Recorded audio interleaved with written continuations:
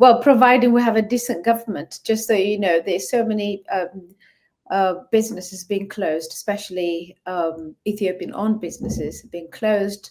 There's no, foreign currency. The system is corrupted and not supportive, and lots of businessmen have been, banned, and money has been frozen in banks and closed down, and they migrating, taking their money out and taking them to Dubai, and other companies have been moving to Kenya and all the rest of it. So all these things, providing we have a government that actually cares and work on the internal peace and democracy, but yet we haven't got that. So it's just a wish with all these chances that you said. But in terms of the previous government, they've always been gambling between East and the West. So they threaten the West so that by going to the East, and then of course the West come forward, and we say that, and the East is all coming with less pressure, of course. The East, the China comes in and they do all the jobs and stuff, but they don't interfere in politics and the rest of it. Probably they give you comparatively some sort of freedom, but the West interferes in everything. So having said that, now the government wanted to build relationship with Trump administration, and at the same time the government wanted to build relationship with, China or Russia, and would that put the government into some sort of conflicts, because the West, are they going to accept this or not? But at the same time, because of the TPLF, the West seem to be having every right to decide in our government. Just recently, during the Tigray, the war, it was just the Americans and the West have been interfering on behalf of TPLF, and of course they put them in power. But then recently there've been, this conflict between two TPLF groups, and the mediator is not the federal government; it's the West again. Or last time, Getachew Reda migrated, escaped to Addis Ababa with the foreign minister, sat with the West, the foreign diplomats discussing Tigray. So can we say, well, I wouldn't say free from the West, but the West is fully in the country, aren't they?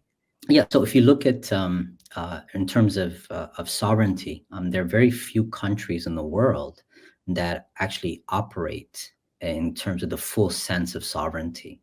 And so in the context of Ethiopia, it is challenged to, in some cases, to go against one of its primary donors. In fact, there's a word called donors, countries that are supporting both at the budgetary level, at the federal level, and so economically are called donors, and they have a seat in terms of a say in terms of Ethiopian government for quite some time. So if we see it from that perspective, the Americans are a very, very important political actor in Ethiopia, and they have been since the 1990s, consistently throughout. They're also very, very important, actually, in the rise and the selection of Abiy Ahmed as a prime minister. So I think there's more to say regarding the U.S. involvement in terms of the politics of Ethiopia. So in that sense, the Americans also were very critical for the Pretoria peace agreement that actually ended formal combat operations and war in between the TPLF and the federal government and its allies. And so in many ways, it's also responsible for ensuring that the peace agreement actually is implemented. And in that regard, it's been very negligent. You can actually see that it's been very negligent, that you have a peace agreement that required demobilization of combatants. You had a peace agreement that required the return of displaced to their home communities and houses, etc. So most of these have not been implemented whatsoever. And I think from the federal government's and Abiy Ahmed's administration's perspective, there's always a constant attempt to try to account for and explain in the most positive light what the federal government is doing on the ground to the international community. And I think the Americans, including the ambassador, the current ambassador But in does the government, like the federal government, doesn't seem to get involved in it at all? Not attempting to do anything, rather kept saying as if it doesn't really, it's not part of his job to involve and bring about peace. Just watching it from the outside, yet then bringing it to the international community as if the government doesn't exist in the country. Yes, it's a very unfortunate sort of awakening for those that thought that the war between 2020 and 2022, where close to 600,000 have had been killed in a very brutal fashion. Majority of which were in Tigray, but also from regions in Amara and neighboring Afar regions. A very destructive war. It was thought of as a war, in a sense of defending the state in a very objective fashion. But lo and behold, we find out that it was actually a war to eliminate a very important political competitor, right, from the four-party coalition to the New Prosperity Party's desire to dominate Ethiopian politics. It was a very, bad faith narrative that captured for quite some time. And so when you look at it from that perspective, someone who was very concerned of the country would expect several things. One, that once you have the cessation of hostilities, there would be a good faith effort to try to reintegrate Tigray as a province in Ethiopia into the fold. That means representation within the parliament. That means a way of some sort of mediation and support to reintegrate soldiers, but also have some sort of administration, interim administration that functioned to resolve the questions that were around Walqait, for instance, and Raya that involved two components of Amara region. One is Gondar Begimeder, Walqait. The other one is Wallo, historically, which is Raya. And so the government could have played, the federal government could have played a kind of a mediating role where you can using that to bring the conflict. So if that's what you expect in terms of the federal government, because the federal government's supposed to mediate between, let's say, provinces. If two provinces have an issue, the federal government can be a good faith actor to try to resolve it under the, let's say, the law. And they have quite a bit of carrots and sticks at their disposal. And what you've seen in essentially 2 years is a instrumentalization, let's say, of this peace agreement in a political fashion. It's been used in a political fashion because immediately after the cessation of hostilities and kind of the almost a victory of the Prosperity Party over the TPLF, right? A political victory is what we're talking about. Yes. Then there was an attack on the sort of Amara political establishment, right, to bring to heel. And that broke, by the way, the alliance within the federal government, within the coalition of Oromo parties and Amara parties, etc. And so there was an attack. Do you think that it could be a pre-planned first there and then now move to the Amara region? Well, we know, for instance, that the war on the TPLF was pre-planned. We know that, right? We know that both in terms of bringing together a coalition. And the reason, again, is for eliminating a political competitor. I mean, the most organized, well-funded, and that had a certain base in Ethiopian politics, the TPLF, economically, etc., was considered a threat only because, by the way, that the Prosperity Party under Abiy Ahmed had a desire to monopolize power in the same way that the TPLF, when they organized the London conference between 1991 and 93, they didn't act as good faith actors when they, for instance, invited the Oromo Liberation Front, in which Negaso Gidada was made president, but essentially without any powers. And the attempt was to monopolize power political power into the hands of the TPLF and disperse some of it within this coalition, the EPRDF coalition, right? So this attempt to monopolize power, which actually has very concrete sort of benefits. So you'll see a monopolization of economic rents, monopolization of specific ministries and positions, right? So you can actually see that transformed, right? Power transformed into economic wealth creation and generation in terms of political influence and voice. So this creates a big problem because the peace accord then was really an attempt to shift the focus and attention on the Amara region and to try to break the back of the Amara region, right? And it completely backfired, right? So at the same time that you have Fano fighters that are expanding their influence, creating really an infrastructure, a diaspora infrastructure also that is very supportive, right? And creating a fracture within the Abiy Ahmed coalition, by the way. As a result of this, you also have the Abiy Ahmed administration trying to create wedges inside of Tigray to create a weakened Tigray, right? A Tigray that is essentially fighting amongst different parties or within factions within the same party is considered not a threat. Not a threat to the hold on power again. So this is a gamble that's being taken. But what's suffering really, as you can see, is the country itself. What's suffering is the economic prospects. What's suffering also is even just the region itself. Look at Tigray, right? You have for all these years now, it's going on 3 years, internally displaced populations that are living in tents, not returning. Have you ever seen any documentary or the prime minister visit some of these places?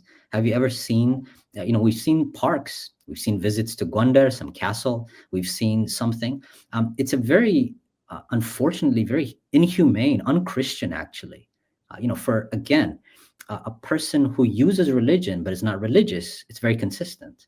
But for something, someone who espouses Christianity and really speaks also in very prophetic terms. You can see the prime minister speak in those terms. You see a lack of any type of sympathy and sort of morality looking at the sufferings of his own people. And I don't want to personalize it, but political office holders are accountable. And so when you look at the Pretoria Peace Agreement, it is also expecting the well-being of the population to be taken care of, to be considered. And the argument has been we don't have enough funds for any type of reconstruction. We don't have capabilities, perhaps. But there is no appetite. There is no interest. There's no interest in redevelopment and reconstruction. So think of neighboring Amara and Afar regions. Has anybody, even in the media, mentioned Afar? The Afar community has been devastated by this war, economically marginalized to begin with, right? Completely shut out. You haven't heard much, have you? What about the Amara regions, which now are going through a second cycle of war? Some of these regions, for instance, Gojam, this is for the first time, but certainly when it comes to Gondar and Wallo and parts of Shoa, this is the second round. Millions of children are going to school. Absolutely, right? It's we can't even begin to stop, right? If we start in terms of what exactly you can look at it from a human rights perspective, right? But there's maybe this is tangential, but I think important. Our discussion is like talking to someone who believes that the earth is flat and convincing that person that actually the earth is spherical, right?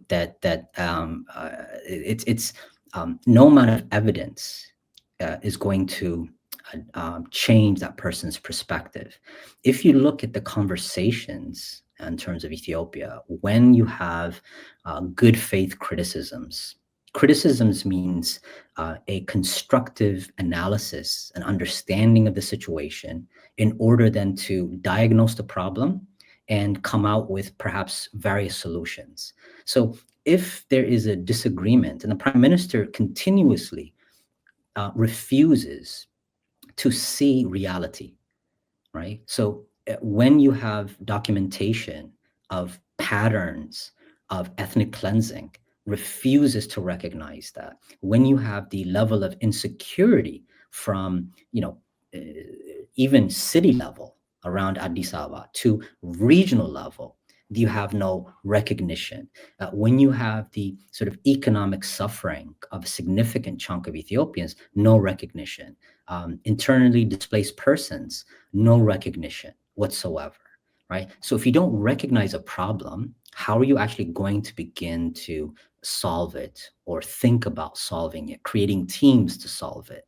And so this is one of the key, I think, problems, is that there is no recognition at the governmental level of the fundamental challenges that are facing both the Ethiopian state and Ethiopian society, and having at least a good faith effort to begin some sort of process of saying, okay, we're trying to address this in this way. So you don't even have that. And I think that is reflected in the way in which the Pretoria Peace Agreement has been used, and that's also reflected in the superficial, kind of political dialogue and acting around the issue of Tigray, right, and the power dynamics within Tigray. Lastly, since we're talking about Tigray, I think it's very important to understand each region now does not trust the federal government for its security. In a highly ethnicized polity, where armies are also mobilized on the basis of ethnicity, and their allegiance is actually to the regions, not to the federal government. This, by the way, there's some really good documentation, if you want to read it, that looks at the process of making regional armies, which begins around 2000, perhaps 10 or 11, right? So the first major one is called the Liyu Hail Special Forces in the Somali region. It was in reaction to the Oromo National Liberation, the Ogaden National Liberation Front, which attacked Chinese oil and gas installation and workers.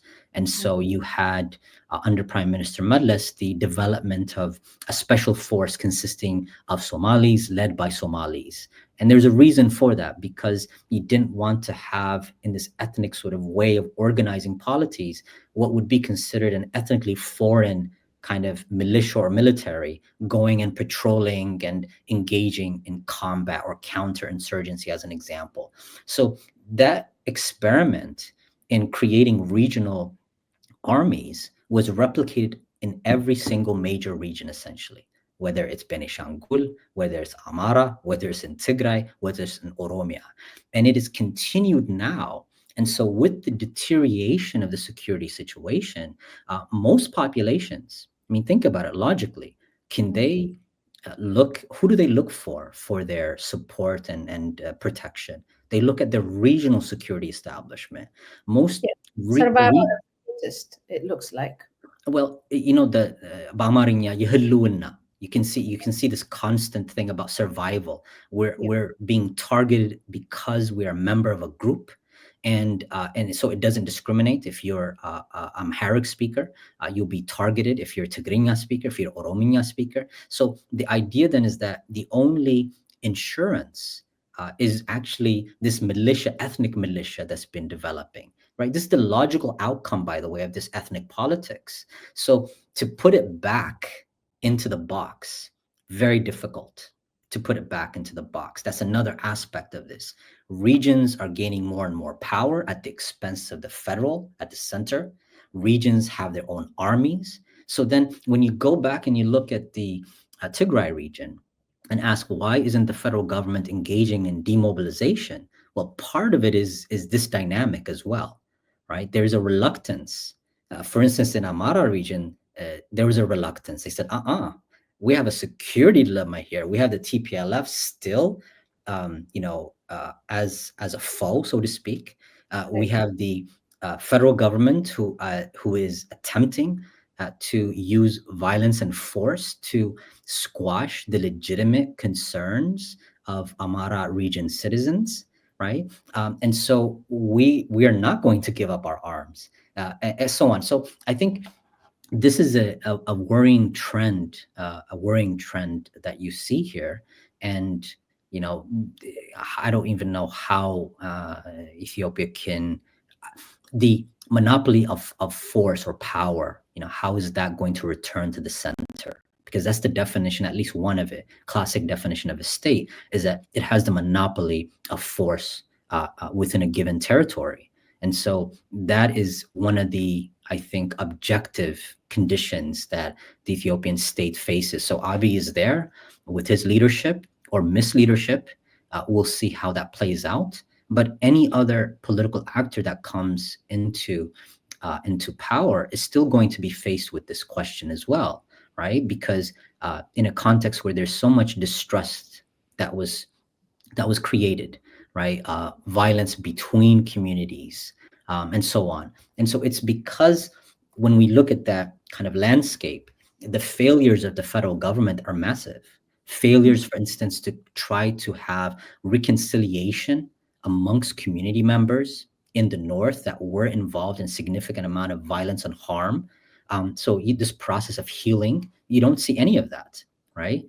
You saw a celebration in Addis Ababa where political elites are giving themselves rewards, right? Awards, but you don't see healing, reconciliation, consistent attempts to try to overcome some of the bad blood that's been created, a process of taking time out. So, for instance, if you think about the North, there's no rush regarding Walqait or Raya as an example. What's the rush? Just like, for instance, with Asab, if you want access to Asab, why are you rushing? You can talk to the Eritreans for years and find an accommodating sort of a win-win situation, so to speak. So one aspect here is that you don't see those actions that we would expect from the center, but what you do see is kind of this Machiavellian strategy, right? Very short-term thinking, not looking at the long-term consequences of the actions, etc. And yeah. Yes, well, I wanted to invite you a speech at the Parliament the other day. One member of a Parliament, Dr. Desalegn, made a speech, rather. Normally, it's the Prime Minister appears there to answer questions from members of Parliament. But this was a completely groundbreaking, remarkable speech of what is happening in the country. He just made that literally a report. And then those things change afterwards because the government, the Prime Minister was really angry at him and started insulting and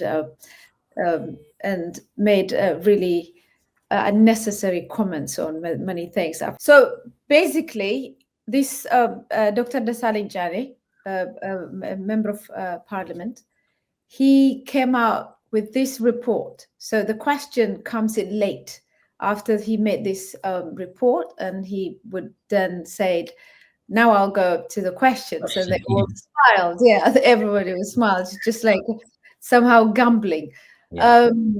But the most important part I like to ask you, how important is it to present that report, not just for the House of the Parliament members, but also televised throughout the world?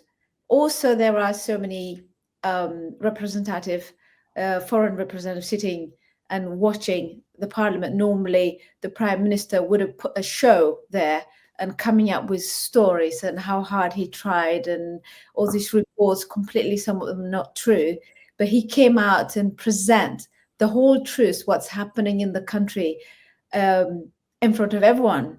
How important is it? He knows, he said that the government doesn't care about this. He knows the government is not going to care about this.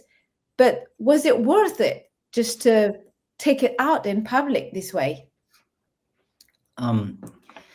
So what you expect from a member of parliament is what Dr. Desalegn actually did. Dr. Desalegn shows you in practice what a parliamentarian is supposed to do.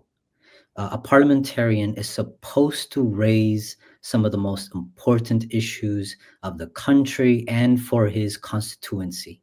So his report, I'm sure he has a staff, and think of what his report is actually doing.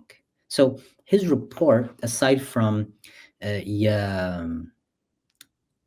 your violence, tamaki, right? So he makes an assertion.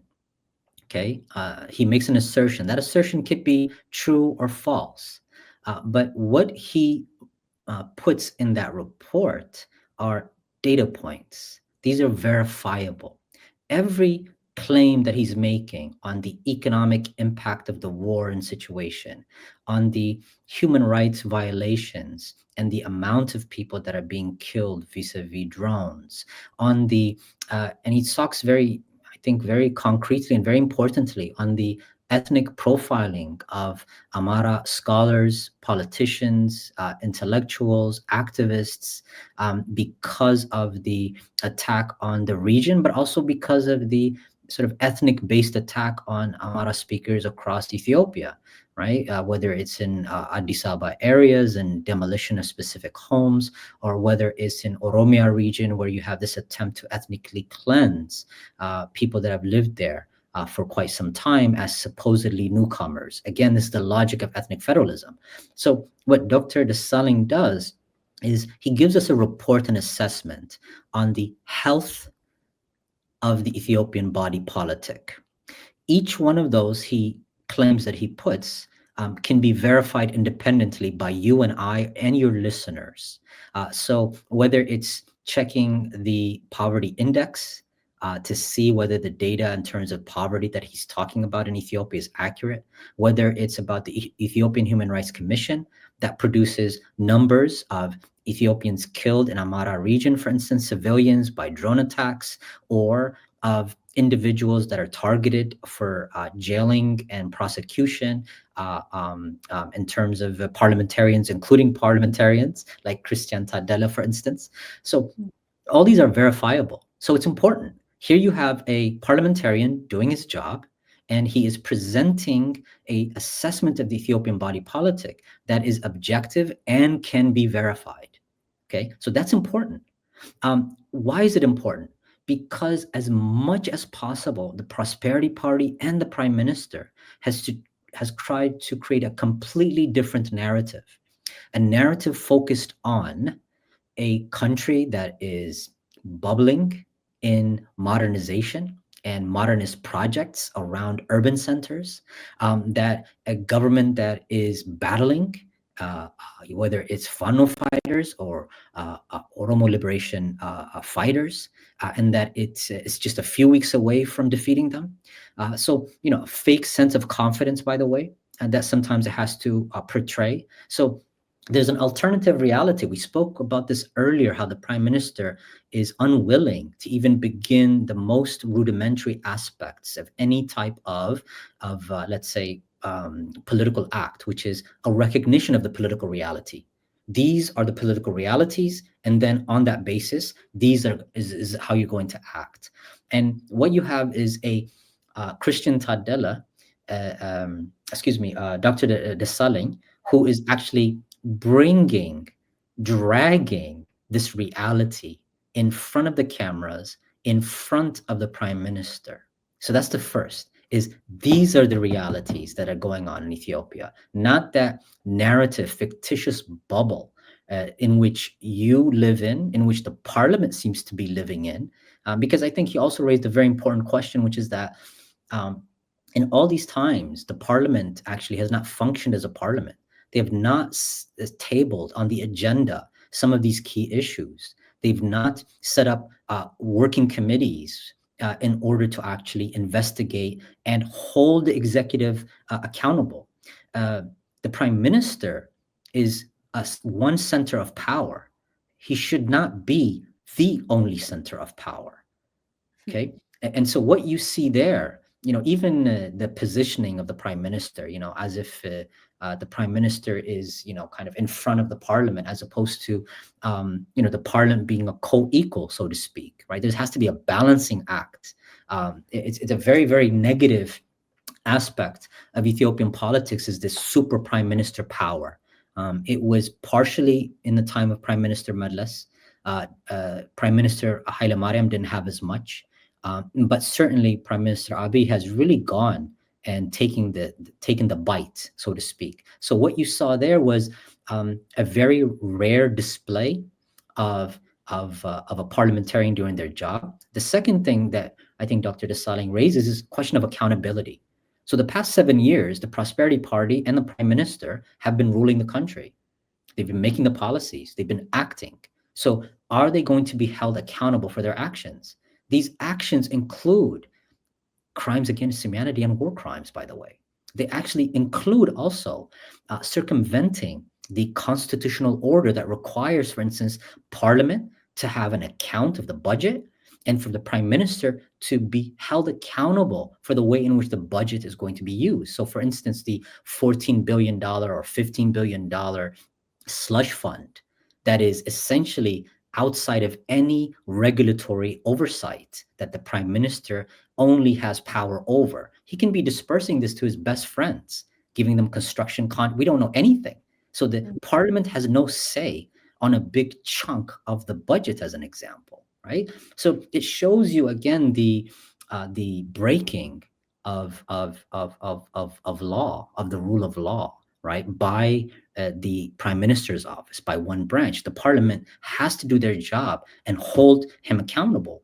The Prosperity Party has to do their job. It's late in the game that some of them are, kind of coming out of the Prosperity Party, and they'll make some of these announcements, but generally they're not doing the job in terms of even for their own benefit as a party, because where goes the prime minister, so does the party. They're going to sync together, right? So the question of accountability is very important. Mind you, in most of these provinces, no one is held accountable.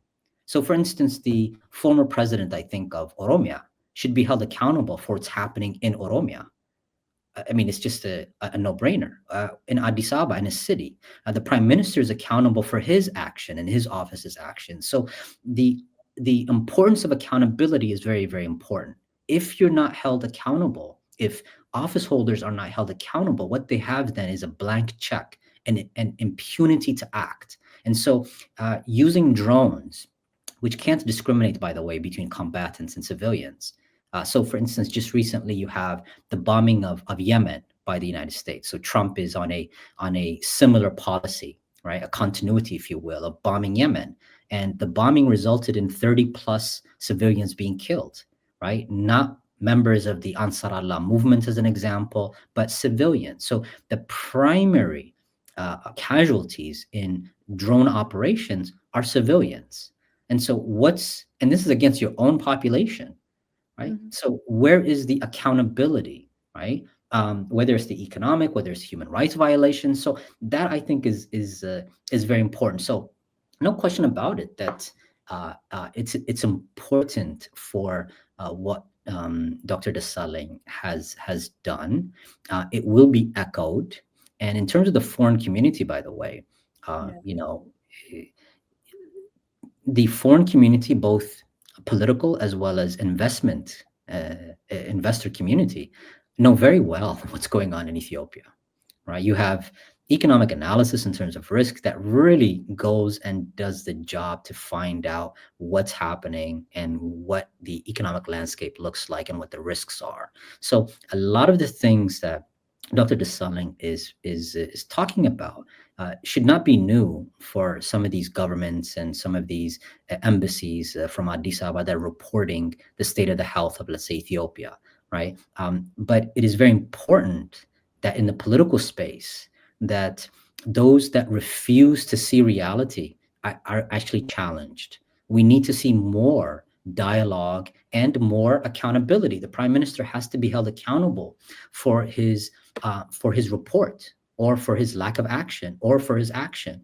And so in a very minute way, right, I think it was satisfying to see that you have Dr. Desalegn acting that. But look at the response.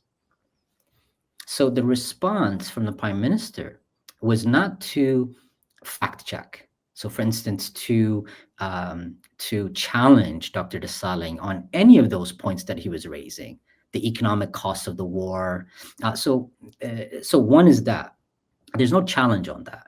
There's also no challenge on, I think, a very important avenue, an exit, an off ramp for Ethiopia today, which is that political problems have political solutions, and that what's required in Ethiopia is satto maqabal, which means a certain level of give and take that requires political dialogue and that requires a political accommodation, right? And so it doesn't mean the elimination of one political actor by another. So remember, this is not a zero-sum game. This is very important for all of us to understand this. If there's any lesson that we can take.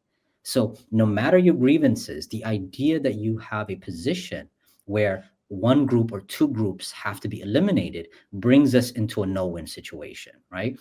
So Dr. Desalegn makes a very important interjection in terms of this aspect, right? So the prime minister fails to look to see reality, right? To actually look reality in the face and address it, either challenge it and say, no, this is what the economic situation looks like. This is what the security situation looks like. My Justice Department actually functions. So all those that are being charged, including journalists and parliamentarians who have been stripped of their immunity and are now languishing in jail, that's actually legal. So there's no explanation in terms of that, right? So that's the first thing that you'll see. So not facing reality. Second, not being accountable. So not being accountable. If you're the bus driver and you're swerving all over the road and you're literally running over children and women, Yeah. and somebody calls you on that, right? So first you're saying I didn't do it, and second, because of that, you don't want to be held accountable for any of your actions, right? Okay, so that's the second part, is the accountability question from the prime minister. The other thing, which I think is very problematic also, is the Christian, I keep saying Christian Tadella. I think it's because I'd like him to be in parliament. So let's say free Christian Tadella, right? We should have that as yeah, exactly, as a poster or a sticker. But Dr. Desalegn, right? What he proposes and the way he dialogues is to a certain extent on the basis of, let's say, science. We can call it a scientific way of thinking, right? You have some sort of claim and you back it up with certain evidence, and then you make an analysis on the basis of that. So he tries to, for instance, say these are political issues. And so look at how this government prosperity in the past 7 years has basically only used military force. And so military force actually has these negative consequences. So we need to step away from that. And rather, your party and your government should adopt political strategy that would allow us to actually resolve these issues, right? So that's coming from that.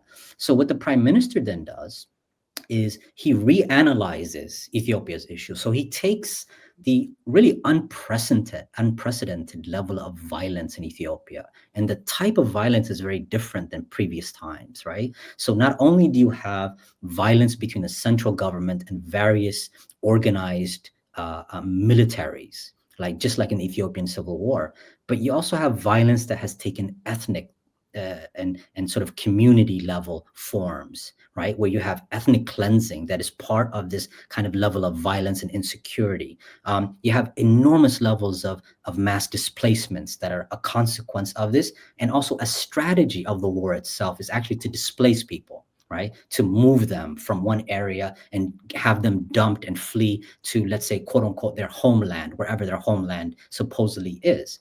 And so what the prime minister does is he doesn't analyze and understand these conflicts and this violence in a normal way, which is these are political conflicts. This is political violence. And so then we must try to figure out what are the political issues that are in context, right? That are being fought over, right? But rather what he says is that violence is part of human nature. And in fact, right, in a very religious way, he says violence actually is part of human nature. In fact, it starts with Cain and Abel. And so that's where you have the first recorded, in terms of biblical Christian traditions, Judeo-Christian traditions, the first sort of death of a human being, killing one human being by another. And ever since then, is simply part of human nature, which means what? Which means that I cannot do anything if it's part of human nature, is it? Right? It takes it out of the realm of politics. It takes it out of the realm of normal history. This becomes simply part of human nature.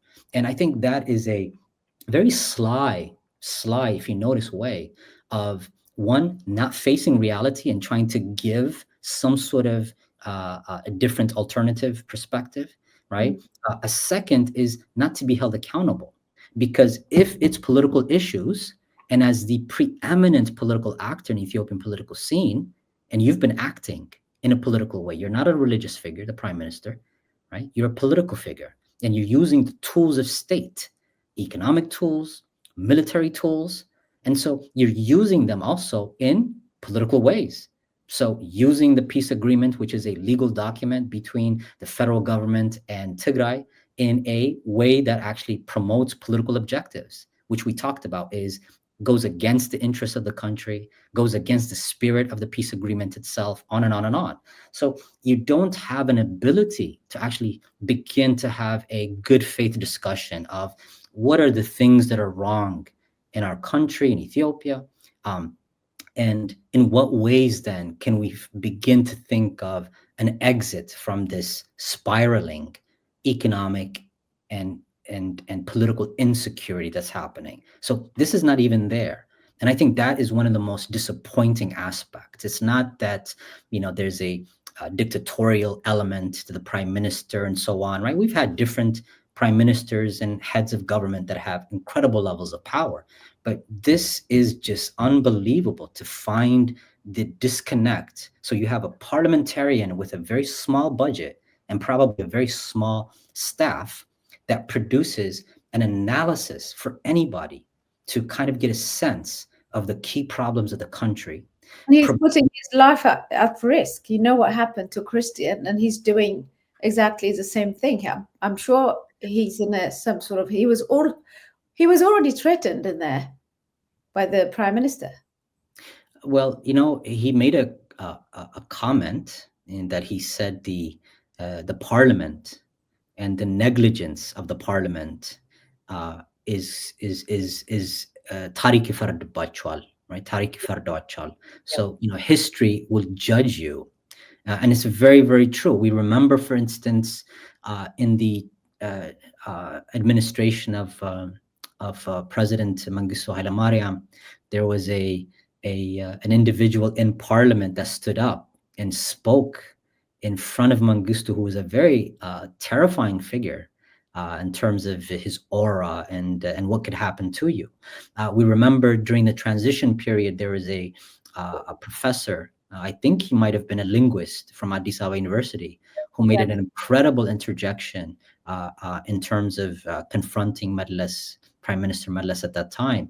We also had a gentleman, I remember, again in the same parliament from, he had stayed in Eritrea, lived in Eritrea for a long time and knew the culture and the people well, had a very high regard. And so he also had very interesting and insightful analysis that challenged the prime minister. So I think the spirit, by the way, of challenging, we just celebrated Adwa, right? So the spirit of challenging exploitation, challenging internal domination, either, for instance, like the Fano fighters and generally the Amara population, is challenging any attempt to have the population be a second-class citizen in their own country, to marginalize them from political space, right? That's the challenge. And as individuals, you see different Ethiopians that I think are stepping to the plate, scholars, parliamentarians like Dr. Desalegn as well, who are stepping up and challenging, right? This is what you're supposed to do, right? If you're fighting for a better society, etc. So, and I think as a parliamentarian, as a politician, this is a it's exemplary. I think it's very good. If you remember Dr. Marara Gudina, for instance, in Parliament, he would also challenge, as a member of the opposition. So, Yes. so it's. I think it's very, very healthy to always challenge the ruling establishment. And challenge doesn't mean to obliterate and demolish. It doesn't have to be translated as something. But how can you have any type of dialogue if you don't have different voices around in Parliament speaking to the concerns? So, for instance, for Dr. Desalegn, he's from Debra Berhan, right?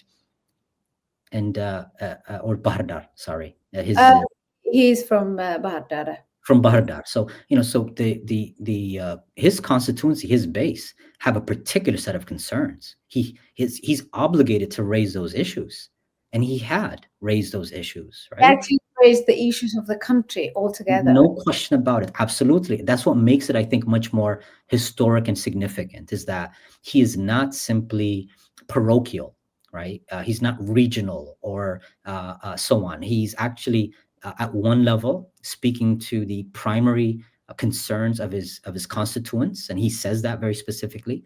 But he also raises the key issues and concerns for all Ethiopians. How many times did he say Oromia, Amara, Tigray, the regions, kind of in the historic periphery that he mentioned as well, right? So it speaks to, again, there's a common problem and there's common solution.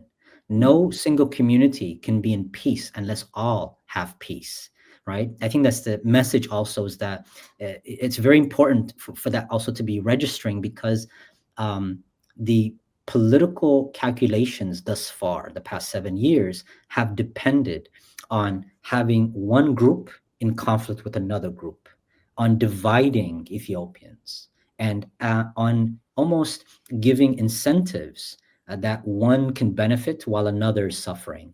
Rather, whether it's economic, whether it's security, I think the assessment of Dr. Desalegn, the way I read it, is that you have a common problem that affects all Ethiopians, and we have to devise a common solution, right? And so that's, I think it's a very powerful, powerful speech. And lastly, by the way, everybody laughed when he started his question, Yes. and this is the thing. We That's the level of censorship, right? Yeah. That's the level of censorship, is that he has to come up with a strategy to be able to actually even present an initial preliminary assessment, so that his question is intelligible to the audience, to those that are going to be witnessing, right? So it's not merely that he has to report and expose, let's say, the reality of Ethiopia's condition, but even as a strategy even as a strategy within Parliament, you do not have opportunities to actually speak on the facts, right? Um, and so, yeah, I think on that level also, it's a very, very important interjection. Well, thank you very much. I haven't actually finished my question, but then we're nearly gone, nearly 2 hours, so we'll have to stop here. But I would like to extend my invitation next time, if you would be willing to discuss Ethio-Eritrea relationship and the use of the port, Ethiopian using as a port, also other regional issues that we can discuss. And you have a lot of information about the African, especially the East African region. So will you be able to come again? Yes, it would be a pleasure. It'd be a pleasure. I think many of us actually have a much more optimistic and positive view on Ethio-Eritrean relations, and we want to work for a much more. And this should be the easiest country and population to forge meaningful, mutually beneficial relationships. We just talked about relationships with Russia. Yes.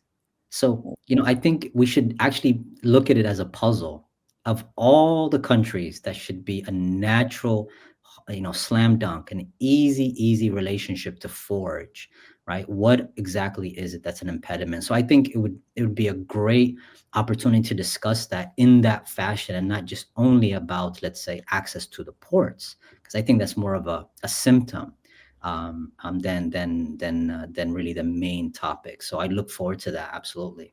Thank you so much for giving me your time today. You've been watching Menalesh Meti again with Professor Beniam Awash. I'm sure you enjoyed the conversation, analysis, all the information.